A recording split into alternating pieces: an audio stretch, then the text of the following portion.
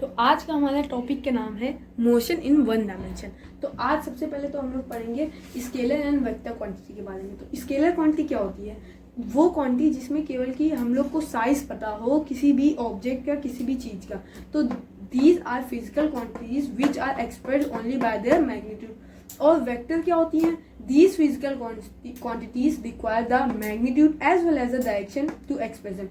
Vector quantities में हम लोगों को मैग्नीट्यूड भी, उसका शेप और साइज भी चाहिए, और उसमें हम लोगों को डायरेक्शन भी चाहिए। जब तक हम लोग को डायरेक्शन अगर नहीं दी गई है तो समझ लो स्केलर क्वांटिटी है, और अगर डायरेक्शन दे दी जाएगी तो वेक्टर क्वांटिटी। जैसे कि फॉर एग्जाम्पल मास में हम लोग ऐसे तो बोलेंगे नहीं कि किसी भी ऑब्जेक्ट ने इतना मास इस डायरेक्शन में लिया है। तो मास जो हो जाएगी वो हम लोगों की स्केलर क्वांटिटी हो जाएगी। और जो डिस्प्लेसमेंट फोर्स, और जैसे हम लोग ये बोल सकते हैं कि फोर्स हम लोग किस डायरेक्शन में लगाएंगे, तो पुश और पुल आगे को या पीछे को, तो इसलिए हम लोग इसको बोलेंगे, इसको हम लोग फोर्स और डिस्प्लेसमेंट वेलोसिटी को हम लोग वेक्टर क्वांटिटी में रखेंगे।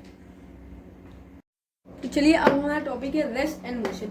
तो रेस्ट क्या होता है? रेस्ट वो चीज़ होती है जैसे कि हम लोग अपने घर की विंडो से देख रहे हैं बाहर, तो जो पेड़ पौधे और बिल्डिंग्स है वो सब रेस्ट में है। मोशन क्या होता है? अगर कोई भी लड़का जा रहा है साइकिल से तो वो अपने साइकिल में मोशन में है। ठीक है, अब हम लोग इसको बोल कैसे सकते हैं, डिफाइन कैसे कर सकते हैं? A body is said to be at rest if it does not change its position with respect to its surrounding. मतलब कि हम लोग अपने सराउंडिंग्स के हिसाब से देखते हैं कि जैसे कि समय बीत रहा है और टाइम निकला जा रहा है, और कोई भी बॉडी जो है वो रेस्ट पे है, अपनी जगह पे ही है, तो हम लोग उसको रेस्ट बोलेंगे। जैसे कि समय निकलता जा रहा है और जो पेड़ पौधे हैं वो सब अपनी जगह पे ही हैं, तो वो रेस्ट में है।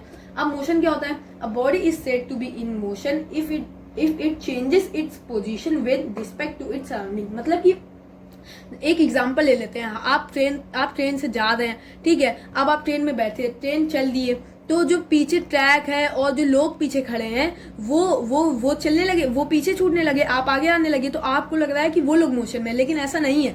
आप मोशन में आ गए, वो लोग अपनी रेस्ट पे ही थे, तो आप मोशन में आ गए। रिस्पेक्ट टू साउंडिंग, इसीलिए हम लोग रिस्पेक्ट टू साउंडिंग्स में देखते हैं मोशन में आए कि नहीं। अब आता है वन डायमेंशनल मोशन। ये तो हमारे चैप्टर का नाम है। तो वन डायमेंशनल मोशन क्या होता है? When a body moves along a straight line path its motion is said to be one dimensional motion. तो जब भी कोई बॉडी स्ट्रेट लाइन पाथ में चलेगी तो हम लोग उसको वन डायमेंशनल मोशन बोलेंगे। अब जैसे कि कोई बॉडी ऐसी कर्व्ड है तो इसको हम लोग वन डायमेंशनल मोशन नहीं कहेंगे, लेकिन यहाँ से initial point two final point तक ये जो होगा ये हम लोगों की वन डायमेंशनल मोशन होगी, क्योंकि ये स्ट्रेट लाइन पाथ में है। अब हम लोग इसको रिप्रेजेंट कैसे करते हैं वन डायमेंशनल मोशन को? The path of a straight line represented by a straight line parallel to the x axis. मान लीजिए ये हमारा एक ग्राफ है, वेलोसिटी टाइम ग्राफ का। अब ये जो है ये हमारी हो गया एक्स, ये हो गया वाई, ठीक है। अब ये जो है ये रेक्टिलिनियर मोशन में, लीनियर में है, क्योंकि ये parallel to the x axis है। ठीक है, समझ में आया? हाँ, तो अब हमारा टॉपिक है डिस्टेंस और डिस्प्लेसमेंट। तो देखो डिस्टेंस क्या होता है? The total length of a path from A to B is called distance. जो टोटल लेंथ होती है पाथ की, उसी को हम ए से बी तक का, उसी को हम लोग डिस्टेंस बोलते हैं। मान लो ये ए पॉइंट है और ये हमारा बी पॉइंट है, ये जो है ये इसकी रास्ता है, ठीक है, ऐसे घूम के ऐसे। तो अब मान लो रोहन है, रोहन यहाँ अपने स्कूल से निकला, तो वो पूरी ये और ये पूरी रास्ता कवर करके जब अपने घर पहुंचेगा, एक्चुअल जो पाथ कवर होगा इसी को हम लोग बोलते हैं डिस्टेंस। ठीक है। अब डिस्प्लेसमेंट क्या होता है? The shortest distance from the initial to the final position of a body. Shortest distance क्या होती है? इस देखो, शॉर्टेस्ट मतलब सबसे छोटा वाला, हम लोग लेते हैं ना शॉर्टकट से, चलो इधर से चलो, ये शॉर्टकट है, तो देखो इसको हम लोग बोलते हैं इनिशियल, इसको हम लोग बोलते हैं फाइनल। मतलब फाइनल वो अपने घर पहुंच गया, ऐसे याद रखना।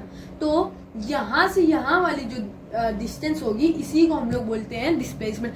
अब रोहन यहाँ से जाएगा, अब उसको बहुत जल्दी घर पे पहुंचना है, तो वो यहाँ वाली रास्ता लेगा। अब घूम फिर के जाना है तो यहाँ वाली जो घूम फिरने वाली है, मतलब जो एक्चुअल है, उसको हम लोग डिस्टेंस बोलेंगे, और जो शॉर्टेस्ट होती है उसको हम लोग डिस्प्लेसमेंट बोलेंगे। और जो डिस्टेंस होती है वो स्केलर क्वांटिटी होती है, मतलब कि जिसमें केवल मैग्नीट्यूड होता है, और जो डिस्प्लेसमेंट होती है वो वेक्टर क्वांटिटी होती है। वेक्टर क्वांटिटी मतलब डायरेक्शन भी है, मैग्नीट्यूड भी होती है। एसआई यूनिट जो होती है वो मीटर होती है, और सीजीएस यूनिट सेंटीमीटर होती है। इसमें भी एसआई यूनिट मीटर होती है, सीजीएस यूनिट सेंटीमीटर। और ये जो होता है हमेशा पॉजिटिव होता है, डिस्टेंस जो होती है हमेशा पॉजिटिव होती है।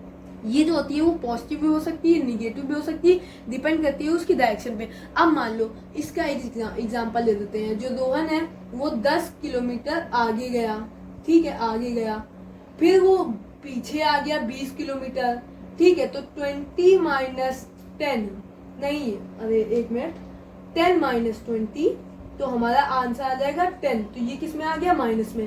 तो इसीलिए ये पॉजिटिव भी हो सकती है, निगेटिव भी हो सकती है, डिपेंड करते हैं क्वेश्चन पे, क्वेश्चन क्या बोल रहा है, इसीलिए। तो आगे और समझेंगे कि ये कैसे हुआ 10 माइनस 20। हाँ, तो अब आता है हमारा स्पीड। स्पीड नाम सुन के आपको लग रहा होगा जो हम लोग बाइक में और एक्टिवा में, स्कूटी में खूब तेज एक्सीलरेटर दे देते हैं तो जो स्पीड बढ़ जाती है, ये वही वाली स्पीड है। हाँ, ये वही वाली स्पीड है। तो हम लोग इसको डिफाइन कैसे करते हैं? Speed is defined as the distance travel by an object per unit time. तो स्पीड जो होती है वो स्पीड का तो हम लोगों को फॉर्मूला पता ही है, speed equals to distance upon time. Speed को हम लोग स्पीड जो होती है उसको हम लोग v से रिप्रेजेंट करते हैं फिजिक्स में, और जो डिस्टेंस होती है उसको हम लोग s से रिप्रेजेंट करते हैं। तो अगर कहीं पे भी आपको s लिखा दिख जाए तो उसका मतलब होगा डिस्टेंस, ये देखो लिखा है। और जो स्पीड अगर दिख जाए, अगर वहां पे v दिख जाए तो समझ है ना वहां पे स्पीड की बात हो रही है। तो स्पीड का तो फॉर्मूला सबको ही पता है, speed equals to distance upon time. और स्पीड की एसआई यूनिट क्या होती है? मीटर पर सेकेंड इज, और मीटर पर सेकेंड देखो, मीटर पर सेकेंड अगर हम लोग इसको ऊपर भेज देंगे तो मीटर सेकेंड स्क्वायर, 1 माइनस हो जाएगा ना, इसीलिए 1 माइनस लिखा जाता है। और ये जो होती है वो हमारी स्केलर क्वांटिटी होती है। और हाँ, तो हमारे स्पीड में ही कुछ टॉपिक्स आते हैं जैसे कि uniform speed, non uniform speed, instantaneous speed, average speed. तो अब देखो यूनिफॉर्म स्पीड क्या होती है? जब भी हम लोग, a body is said to be moving with a uniform speed if it covers equal distance in equal interval of time. अब जैसे कि हम लोग इक्वल डिस्टेंस कवर करें इक्वल इंटरवल ऑफ टाइम, जैसे हम लोग एक एग्जाम्पल ले लेते हैं, जैसे कि ये है हम लोग की डिस्टेंस जो है, डिस्टेंस को अभी हमने क्या बताया, एस लिखते हैं, और ये हो गया टाइम, ठीक। अब हमने लिया 10 किलोमीटर, फिर हमने लिया 20, हम लोग 20, ठीक है, 30, 40, 50, यहाँ पे टाइम हो गया 1 आवर्स, 2, 3, 4, 5, ठीक। अब हम लोगों को क्या निकालना है? इसकी स्पीड निकालनी है। स्पीड अभी हमने क्या बताया, speed equals to distance upon time. तो इन दोनों को हम लोग कर देंगे तो 10 आएगा, यहाँ पे भी 10 आएगा, यहाँ पे भी 10 आएगा, यहाँ पे भी 4 डिवाइड बाई 40, 10, यहाँ पे भी 10। तो हम लोगों की जो स्पीड निकल रही है, v निकल रहा है, मतलब कि वो मतलब कि एकदम स्ट्रेट यूनिफॉर्म में है, मतलब कि 10 ही 10 आ रहा है, 10 10 10, मतलब कि हम लोग एक ही स्पीड से चल रहे हैं, हम लोग 10 की ही स्पीड से चल रहे हैं। लेकिन ये तो पॉसिबल है नहीं, क्योंकि यहाँ पे तो ट्रैफिक बहुत ज़्यादा होता है, तो कभी हम लोग यूनिफॉर्म स्पीड में नहीं चल सकते हैं ना। अब आता है नॉन यूनिफॉर्म स्पीड। तो अब नॉन यूनिफॉर्म स्पीड क्या होती है? तो देखो, अ body is said to be moving with a non-uniform speed if it covers unequal distance in an equal interval of time। अब यहाँ पे भी हम लोग एक एग्जांपल ले लेते हैं, जैसे कि ये हो गया हमारी डिस्टेंस, ये हो गया हमारा टाइम, ठीक। अब क्या लिखा है? Unequal distance. तो हम लोग डिस्टेंस जो होगी उसको हम लोग अनइक्वल ले लेते हैं, ठीक है। ये सब यहाँ पे हम लोगों को किलोमीटर लिखना पड़ेगा, ठीक है। ये 10, 30 और 70 और 100। तो अब यहाँ पे टाइम जो है वो इक्वल है, इक्वल इंटरवल ऑफ टाइम। यहाँ हो जाएगा 1, 2, 3, 4, ठीक है। ये सब क्या मीटर में हो जाएंगे। अब इस हम लोगों को क्या निकालना है? स्पीड। तो v निकालना है, इसको डिवाइड करेंगे तो आ जाएगा 10। अब हम लोग इसको डिवाइड करेंगे 30 डिवाइडेड बाय 2 तो आएगा 15। इसको डिवाइड करेंगे तो 3 डिवाइड बाय 70 इज 23.3 आएगा समथिंग, और इसको डिवाइड करेंगे तो 25 पॉइंट कुछ समथिंग आएगा, समथिंग या 25 ही आएगा, ठीक है। तो यहाँ पे क्या, अब हम लोगों की स्पीड क्या आ रही है? कभी 10 हो रही, कभी 15 हो रही है, कभी 23 हो रही, कभी 25 हो रही।